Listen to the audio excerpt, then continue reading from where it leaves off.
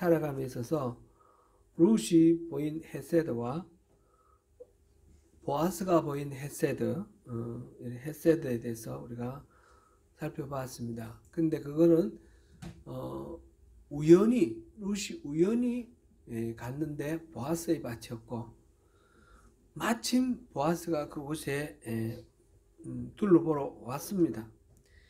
모든 일이 우연히 일어나는 것 같아 보이지만 그 일들의 배후에는 하나님이 늘 보고 계신다라는 것을 우리가 확인하였습니다.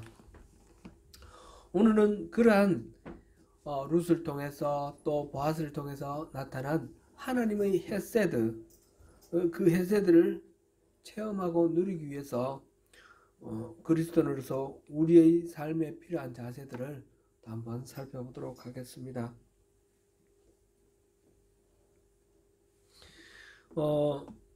룻이 보리수확기에 이삭을 주우러 나갔다가 우연히 엘리멜렉, 시아버지 엘리멜렉의 친족인 보아스의 밭에 이삭을 줍게 되었습니다. 마침 보아스가 추수 현장을 확인하러 나왔다가 룻을 보게 되었고요.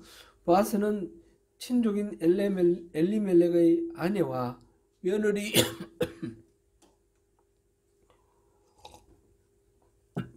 이 룻의 소식을 이미 들어 알고 있었습니다. 보아스는 최대한 룻에게 친절을 베풀었습니다. 이삭을 줍는 룻이 많이 주울 수 있도록 이렇게 그 하인들에게, 일하는 일꾼들에게 돕도록 배려를 하게 했고, 또 물을 마신다든지, 또 이제 말하자면 중참을 먹을 때, 식사를 할 때 같이 이렇게 먹게 하고, 심지어는 그 이삭을 추수를 하는 사람에게 일부러 이 곡식단에서 빼어가지고 떨어뜨려서 그 룻이 쉽게 이삭 줍기를 할 수 있도록 도우라, 그런 말까지 하였지요. 나오미는 룻으로부터 이 이야기를, 오늘 하루 있었던 이야기를 듣고, 이 우연히와 마침으로 표현된 우연 뒤에 숨어서 일하시는 하나님의 일하심이 분명하다라는 사실을 깨닫습니다. 그래서 룻에게 말하기를, 이제는 다른 밭에 가서 다른 사람들에게 얼굴을 보이지 말라. 보아스의 밭에서만 일하라. 그렇게 당부를 합니다. 룻의 시어머니 나오미는 오늘 1절에 보니까, 내 딸아, 내가 너를 위하여 안식할 곳을 구하여 너를 복되게 하여야 하지 않겠느냐. 언제까지 내가 너를 데리고 있겠느냐. 너를 안식할 방법, 곧 또 재혼을 할 수 있도록 그렇게 해야 되지 않겠느냐, 그런 말을 합니다. 보아스가 바로 이 룻이 결혼할 상대다라고 나오미는 생각을 하고 작전을 짜서 룻에게 알려줍니다. 목욕하고 기름 바르고 의복을 잘 갖춰 입고 타작마당에 내려가 있다가 보아스가 이제 밤에 잠자리로 들었을 때 그 눕는 자리를 살펴보고 가만히 들어가서 그 이불을 들추고 발치에 가서 누우라, 그렇게 말합니다. 그렇게 하면 보아스가 룻에게 그녀가 해야 할 일을 가르쳐 줄 것이다, 그렇게 말을 합니다. 룻은 사실 어떻게 해야 될지 잘 모르는 상황인데 나오미가 일일이 다 말해주는 건 아니고 그 상황에 이렇게 맡기도록 그렇게 하는 거죠. 그럼에도 불구하고 룻은 시어머니의 말에 다 순종하겠다라고 대답을 합니다. 나오미가 지시한 말은 사실상 많은 위험이 따르는 말입니다. 그녀는 이 룻은 이방 모압의 여인이고 히브리 사회의 풍습에도 익숙하지 않고 지금 일이 어떻게 돌아가는지 잘 모르고 있습니다. 그러한 그녀가 한밤중에 히브리 남자를 만난다는 것은 그것이 어떤 의미를 갖는지 잘 모릅니다. 사실 이 성경에는 직접적으로 기록하고 있지는 않지만 우리가 이 부인할 수 없고 우리 인정할 수밖에 없는 것은 지금 나오미가 보아스의 그 자고 있는 잠자리에 가서 이불을 들추고 발치에 누우라 이 말은 성적으로 접근하라는 얘기입니다. 그렇겠죠? 어떻게 보면 루시 하는 이 행동은 정상적인 이 여인의 행동은 아닙니다. 창녀가 하는 짓 같은 그런 행위를 지금 나오미가 룻에게 말하고 있습니다. 보아스가 어떻게 받아들이느냐에 따라서 결과가 판이하게 다를 수가 있습니다. 보아스가 그냥 쉽게 육체적으로 접근하고 성적으로 자기 욕망을 채우고 버릴 수도 있는 그런 상황입니다. 물론 나오미는 그것을 그렇게 기대하지 않았겠죠. 보아스의 인품을 생각을 해서 그럼에도 불구하고 룻은 이 시어머니의 말에 순종을 합니다. 그것은 이 룻이 보아스가 어떤 사람인지 알아서가 아니라 자기에게 이 말을 하는 나오미, 시어머니 나오미가 어떤 사람인지를 알기 때문에 나오미를 믿기 때문에 이 말에 순종한다 이렇게 우리가 볼 수 있겠습니다. 그동안 나오미가 그 시아버지 엘리멜렉이 죽고 그 다음에 남편과 또 남편의 형인지 동생인지 죽고 이제 세 가부가 남았다가 이제 두 가부가 지금 고향으로 돌아오는 이 모든 과정 속에서 이 룻은 나오미를 따라야겠다라고 생각을 한 그런 이유들이 여기는 성경책에 나와 있지 않지만 이유가 있어서 따라 나왔을 것입니다. 어머니가 계신 곳에 나도 있고 어머니가 가시는 곳에 나도 가겠습니다. 어머니의 백성이 나의 백성이 되고 어머니의 하나님이 나의 하나님이 될 것입니다. 이렇게 고백을 했습니다. 시어머니한테. 그 말은 시어머니가 그렇게 신뢰할 만한 그런 시어머니다. 그런 인격과 성품을 가졌다. 시어머니가 믿는 그 하나님이 나도 믿을 만한 그런 신이다 라고 인정을 하고 따른 것이죠. 지금 룻이 지금 이 상황에서 하는 모든 행동은 전적으로 시어머니 나오미에 대한 신뢰 그의 표현이다 이렇게 볼 수 있습니다. 평소에 우리가 지금 이 시어머니에게 며느리가 그 말에 순종을 하는데 평소에 신뢰를 하고 존경하는 마음이 있어서 마음에서 우러나오는 그런 순종의 모습을 보이는데 이게 참된 순종 아니겠습니까?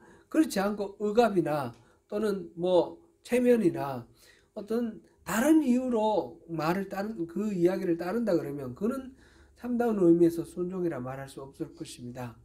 굴종이거나 뭐 그렇게 되겠죠. 지금 나오미는 룻은 시어머니 나오미를 인격적으로 신뢰하고 또 존중하기 때문에 마음에서 진심에서 우러나오는 그런 순종을 하고 있습니다. 지금 이 일이 어떤 의미를 가지는지도 모르고 앞으로 어떤 방향으로 흘러갈지도 모르는 상태에서 그 시어머니의 말대로 가서 그 보아스의 발치에 이불을 들고 그 앞에 가서 눕습니다. 이렇게 보면 오늘 제가 잡은 설교의 제목이 적극적인 순종인데 우리 그리스도인에게 신앙이라는 것은 순종이다 이렇게 말할 수도 있겠습니다. 하나님을 믿고 신뢰함으로 하나님 말씀에 순종하고 살아가는 것이 그게 신앙 아니겠습니까? 지금 이 룻이 나오미를 신뢰하는 것처럼 전적으로 그 나오미의 인격을 존중하고 믿고 신뢰하는 것처럼 우리가 하나님이 어떤 분이신지를 알고 하나님께 전적으로 내 삶의 운명 모든 것들을 맡겨서 하나님이 인도하시는 대로 우리가 순종하고 나가는 것 그것이 참된 신앙이다 이렇게 말할 수 있겠습니다. 이렇게 룻의 신앙을 통해서 우리 룻의 순종을 통해서 우리 신앙을 한번 살펴보았고요. 그 다음에 보아스를 통해서도 우리 한번 생각해 보면 좋겠습니다. 보아스는 밤중에 자신의 발치에 누워있는 룻을 발견하고 깜짝 놀랍니다. 처음에는 분명히 놀랐겠죠. 그리고 이제 물어보니까 이 룻이 하는 말을 듣고 이 상황을 통해서 하시는 하나님의 말씀이 무엇인가 그를 깨닫게 됩니다.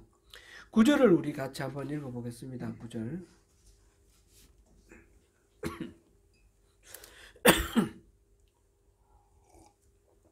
9절.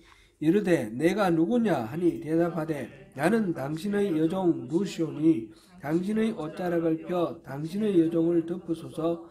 이는 당신이 기업을 물을 자가 됨이니이다 하니.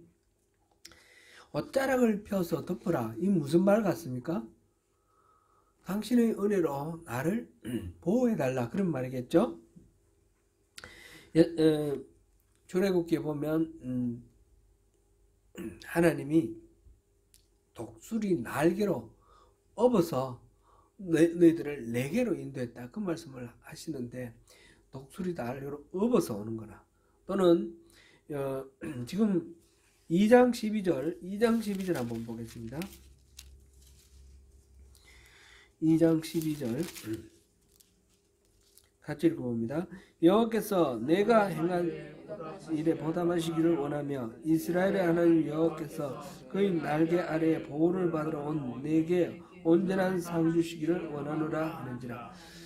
이 암탉이 병아리를 품는 것처럼 하나님이 그 날개 아래 이스라엘 백성들을 품고 보호해 주시는데, 이 하나님의 날개 아래 보호를 받기 위해서 지금 모압 땅에서 베들레헴으로 돌아왔다 그 말씀이죠.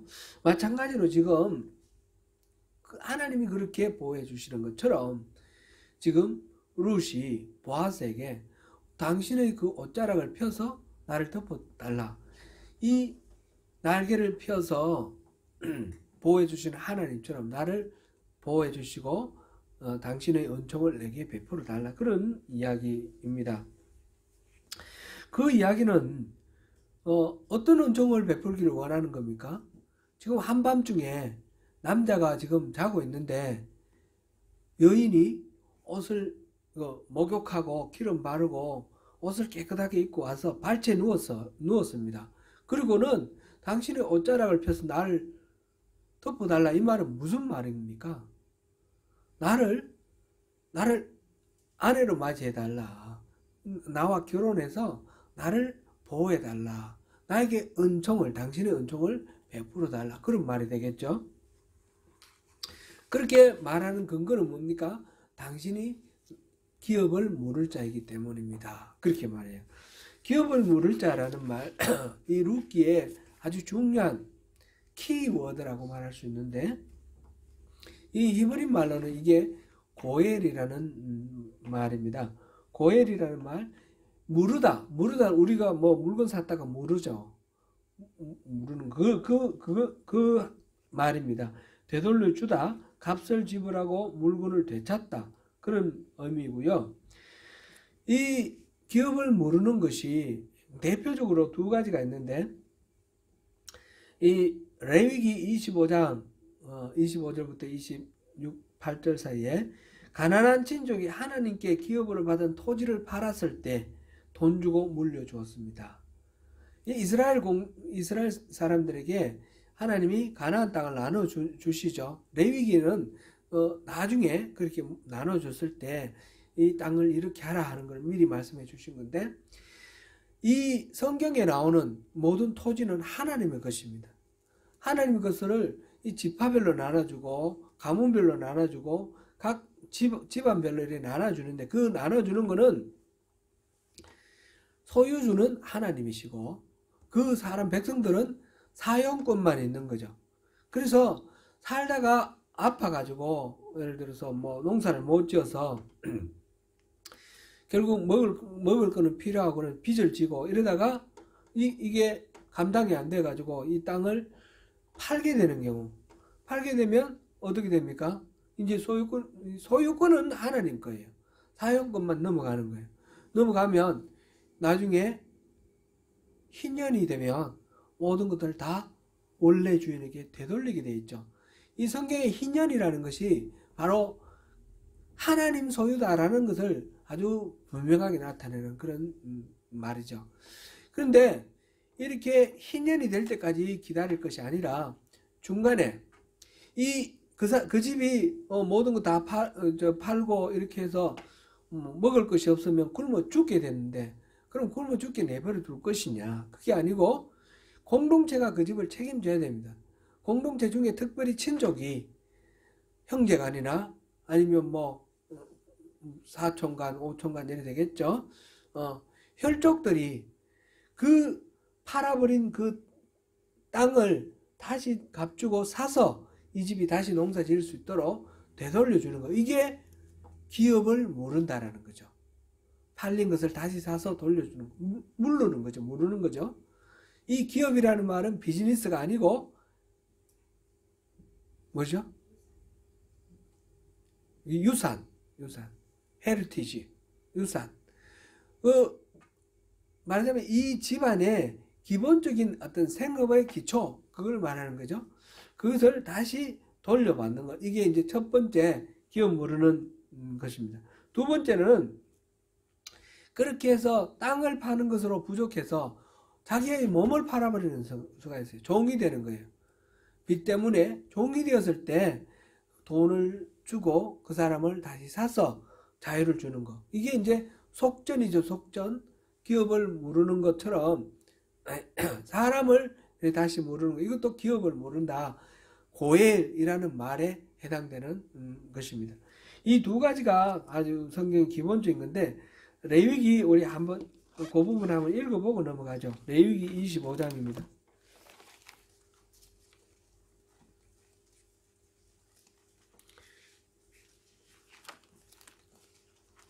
레위기 25장 25절부터 28절까지.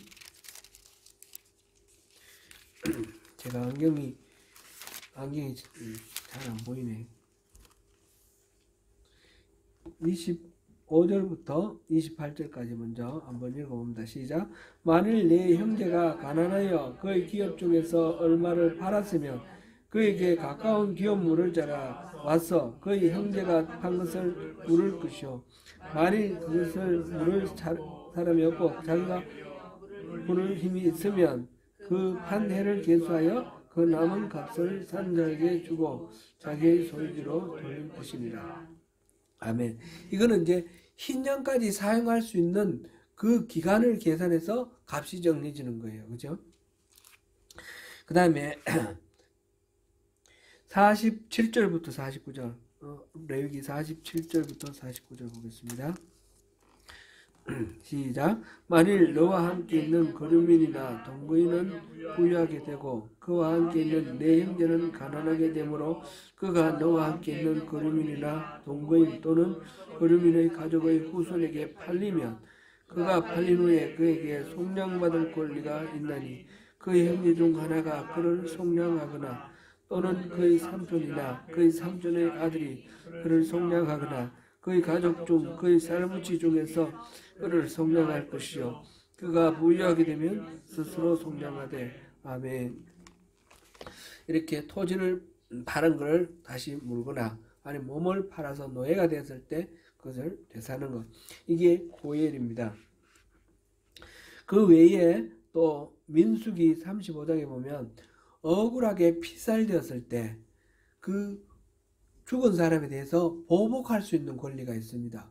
그것도 고엘입니다.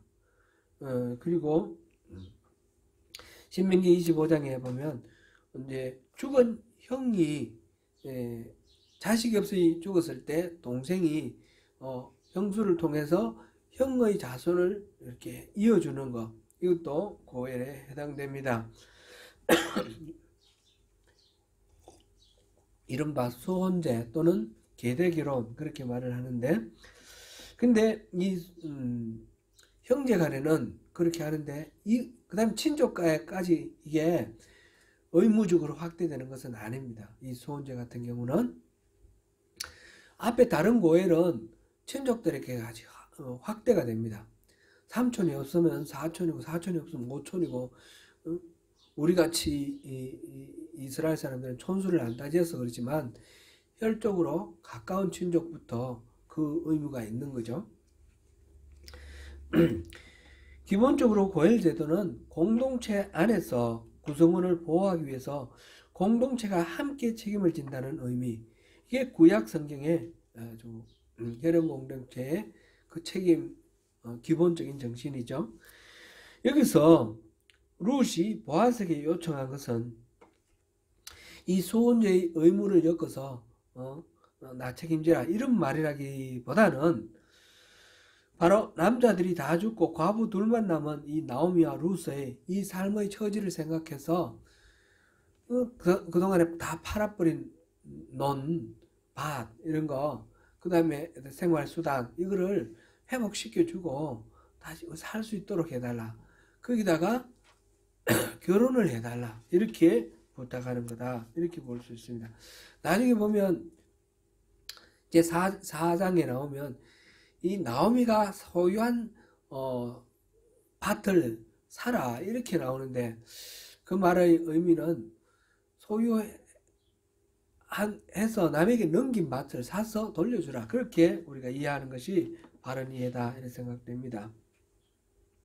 이렇게 지금 기업을 물을 자이기 때문에 당신의 그 옷자락을 펴서 나에게 덮어라, 나에게 은혜를 베풀라 이렇게 말하는 이 룻의 이야기를 들은 보아스의 반응이 10절에 나옵니다. 10절 같이 읽어봅니다. 룻이 엎드려 얼굴을 땅에 대고 절하며 그에게 이르되 나는 아니군요. 2장을 읽었습니다. 3장 10절 같이 읽습니다. 그가 이르되 내 딸아 여호와께서 내게 복 주시기를 원하노라. 내가 가난하건 부하건 젊은 자를 따르지 아니하였으니 내가 베푼 인애가 처음보다 나중이 더하도다. 아무런 저 같이 읽자고 그랬는데 저 혼자만 읽어서 깜짝 놀랐는데 엉뚱한 데를 읽고 있었습니다. 네. 룻이 젊은 여인이었던 만큼 자신의 그 육신의 안목대로 젊은 남자를 찾아서 갈 수도 있겠죠. 재혼할 수도 있겠는데 그렇게 하지 않고 지금 이 보아스를 찾아와서 그 옷자락을 펴서 은혜를 베풀라 이 말은 이건 전적으로 룻의 생각이라기보다 나오미의 생각이라는 것을 보아스는 짐작을 했습니다. 그리고 그 나오미의 생각을 룻이 진정한 마음으로 순종하고 있다는 것을 전체를 파악하고 있습니다. 그래서 인애라고 표현을 합니다. 인애, 헤세드. 룻의 그 시어머니 나오미에 대한 그 사랑과 또 자기 남편의 가문이 또 지금 완전히 남자가 절손되었기 때문에 다시 이 가문을 명예를 회복할 수 있는 그런 것을 생각하는 자기의 시모와 남편에 대한 그 사랑 그것에서 발로 해서 지금 이제 보아스에게 은혜를 베풀라고 그러는 것이죠. 그 보아스는 아마 그 엘리멜렉의 뭐 비슷한 유일 것 같아요. 정확하게 나와 있지 않지만 늙었다라고 스스로를 말하고 있는 걸 보니까 늙은 세대이고 이 룻은 아주 젊은 여자인데 네가 젊은 사람 찾아가지 않고 부하거나 가난하거나 젊은 사람 찾아가지 않고 늙은 나를 이렇게 찾아와서 은혜를 베풀라고 말하는 것을 보니 너의 인애가 크다. 이전보다 지금 인애가 더 크다. 이렇게 말을 합니다. 이전 인애는 무엇을 말하고 지금 인애는 뭘 말하는지 정확히는 알 수 없으나 나오미를 쫓아서 고국 베들레헴으로 돌아올 때까지의 그 인애 그거를 이전 인애라 이렇게 보는 것 보면 좋을 것 같고요. 물론 그 이전에 남편과 결혼한 것 그 인애도 생각해도 좋겠지만 나오미의 뜻을 순종하고 따르는 그 인애 그것을 이전 인애라 이렇게 보고 지금 이 보아스에게 지금 옷자락을 펴라라고 말하는 이거 그것은 전적으로 지금 현재 이 나오미와 룻 자신의 장래와 그리고 그 가문을 살리겠다는 그 마음에서 나오는 그런 행동이기 때문에 그것을 인애라고 그렇게 표현했습니다. 인애라고 우리가 번역한 이게 바로 헤세드 아닙니까? 그죠? 룻의 헤세드. 보아스가 룻의 헤세드를 보고 그것을 칭찬하고 있습니다. 칭찬하고 이걸 이제 어떻게 보면 장녀의 행동 같다, 그렇게 오해받을 수 있는 위험한 행동이다 그랬는데 보아스는 절대로 그렇게 보지 않았습니다. 네가 현숙한 거를 온 성읍 사람이 다 안다.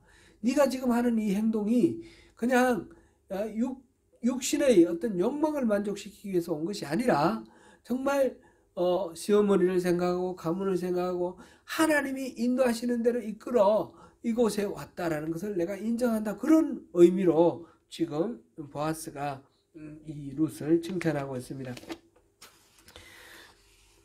그래서 이 룻의 행동을 이렇게 칭찬하고 인정해주고, 그래 밤새 여기 있다가 아침에 가라.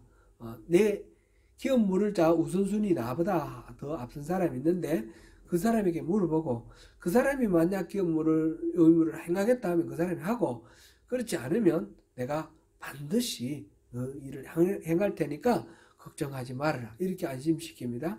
그리고는 이제 아직 사람들이 서로 알아보기 전에 새벽에, 이른 새벽에 옷을 펴서 겉옷을 펴서 보리 6번을 되었다 그랬는데 많이 이제 풍성하게 보리를 되어서 주고 돌려보냈다, 그런 이야기죠. 이로써 보건대 보아스는 분명히 경건한 인격의 소유자인 것 같습니다. 이거는 이 룻의 행동을 그냥 한 여자, 젊은 여자가 이렇게 왔다 이렇게 보지 않고 이 속에서 하나님이 일하시는 것, 하나님이 말씀하시는 것을 이제 읽으려고 하는 그런 경건함이 우리가 볼 수가 있습니다. 그 기업 물을 자라는 말을 통해서 이 하나님께서 이 혈족 공동체에 서로를 책임지게 만드신 그 율법의 의미를 깨달아 알고, 그리고 이 룻의 헤세드, 이 헤세드를 통해서 하나님께서 또 자비를 베푸시고 사랑을 베푸시는 것을 보게 됩니다. 만약 이 보아스가 경건한 사람이 아니었더라면 그냥 육신의 욕망을 채우는 방식으로 행했겠죠. 근데 이 사람은 경건했기 때문에, 경건한 사람이고 늘 하나님을 의식하는 사람이었기 때문에 그렇게 행동하지 않았다는 걸 봅니다. 우리가 대표적으로 그렇게 행동한 사람으로 우리 요셉을 생각할 수 있죠.